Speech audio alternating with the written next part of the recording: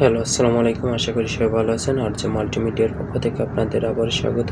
আজকে যে টপিক নিয়ে কথা বলতে চাচ্ছি সেটা হচ্ছে শ্রম ও কর্মস্থান মন্ত্রণালয়ের নতুন একটি নিয়োগ বিজ্ঞপ্তি প্রকাশ হয়েছে। এই নিয়োগ বিজ্ঞপ্তিতে আবেদন করতে গেলে আপনাদের কি যোগ্যতা লাগবে, কিভাবে আবেদন করবেন, কত টাকা রেজিস্ট্রেশন ফি জমা দিতে হবে, কত তারিখ থেকে কত তারিখ পর্যন্ত আবেদন করতে পারবেন, কত তারিখ থেকে কত তারিখ পর্যন্ত আবেদন করতে পারবেন, সম্পূর্ণ বিস্তারিত এই ভিডিওর মাধ্যমে তুলে ধরার চেষ্টা করব। ধৈর্য সহকারে ভিডিওটি স্কিপ না করে সম্পূর্ণ দেখতে থাকুন। সর্বপ্রথম একটি কথা বলতে চাই যে আমার একটি ফেসবুক পেজ আছে, সেখানে আমি সমস্ত আপডেট দিয়ে থাকি।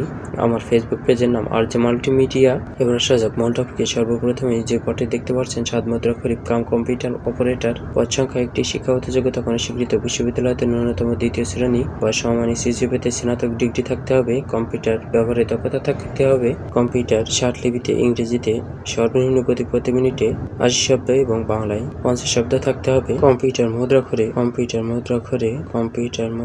প্রতি মিনিটে ইংরেজিতে 30 শব্দ এবং বাংলায় 25 শব্দ থাকতে হবে। 2 নম্বরে যে পদটি দেখতে পাচ্ছেন হিসাব রক্ষক পদ সংখ্যা একটি। শিক্ষাগত যোগ্যতা কোনো স্বীকৃত বিশ্ববিদ্যালয় হতে বাণিজ্য বিভাগে দ্বিতীয় শ্রেণী বা সমমানের সিজিপিএ থাকতে হবে।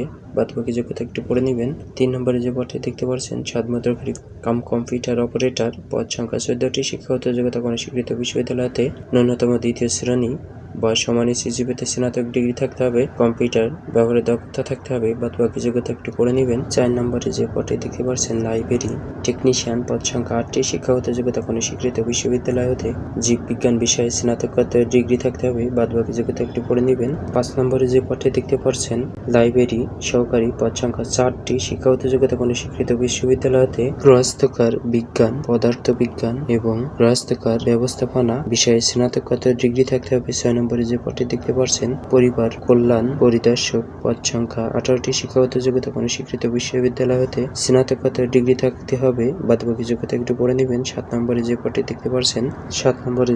দেখতে পাচ্ছেন অডিও ভিজুয়াল অ্যাসিস্ট্যান্ট অপারেটর পদ সংখ্যা 2টি। শিক্ষাগত যোগ্যতা উচ্চ মাধ্যমিক সার্টিফিকেট থাকতে হবে। বাদবাকি যোগ্যতা একটু পড়ে নেবেন।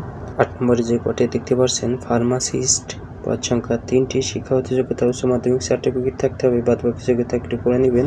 9 নম্বরে যে পদটি দেখতে পাচ্ছেন ডাটা এন্ট্রি অপারেটর পদ সংখ্যা 2টি। শিক্ষাগত যোগ্যতা উচ্চ মাধ্যমিক সার্টিফিকেট থাকতে হবে।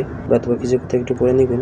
10 নম্বরে যে পদটি দেখতে পাচ্ছেন নার্সিং পদ সংখ্যা 8টি। শিক্ষাগত যোগ্যতা কোনো স্বীকৃত ইনস্টিটিউট বা প্রতিষ্ঠান হতে নার্সিং বিষয়ে ডিপ্লোমা থাকতে হবে। 11 নম্বরে যে পদটি দেখতে পাচ্ছেন ডিসপেন্সারি অ্যাসিস্ট্যান্ট পদ সংখ্যা 5টি। শিক্ষাগত যোগ্যতা কোনো স্বীকৃত বোর্ড হতে মাধ্যমিক স্কুল সার্টিফিকেট থাকতে হবে। বাদবাকি যোগ্যতা একটু পড়ে নেবেন।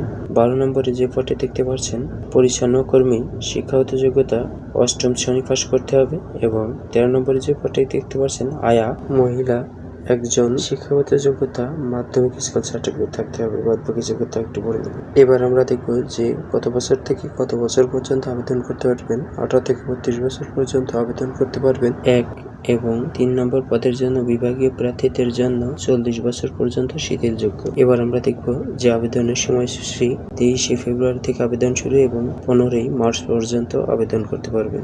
এবার আমরা দেখব যে রেজিস্ট্রেশন ফি 1 থেকে 10 নম্বর পদের জন্য মোট 112 টাকা জমা দিতে হবে এবং 11 থেকে 13 নম্বর পদের জন্য 56 টাকা জমা দিতে হবে। আবেদনের লিঙ্ক আমার ডিসক্রিপশন বক্সে দিয়ে দেবো, ওখান থেকে আপনারা আবেদন করতে পারবেন এবং এই আবেদনটি টেলিটক সিমের মাধ্যমে আবেদন সম্পন্ন করতে হবে। আশা করি বুঝতে পারছেন। আমার ভিডিওটি দেখে যদি আপনি একটু উপকার হয়ে থাকেন তাহলে চ্যানেলটি সাবস্ক্রাইব করবেন। আজকের মতো এই পর্যন্ত। এই সময় ভালো থাকবেন, সুস্থ থাকবেন। আল্লাহ হাফেজ। পরবর্তী ভিডিওতে আবার দেখা হচ্ছে নতুন কিছু আপডেট নিয়ে।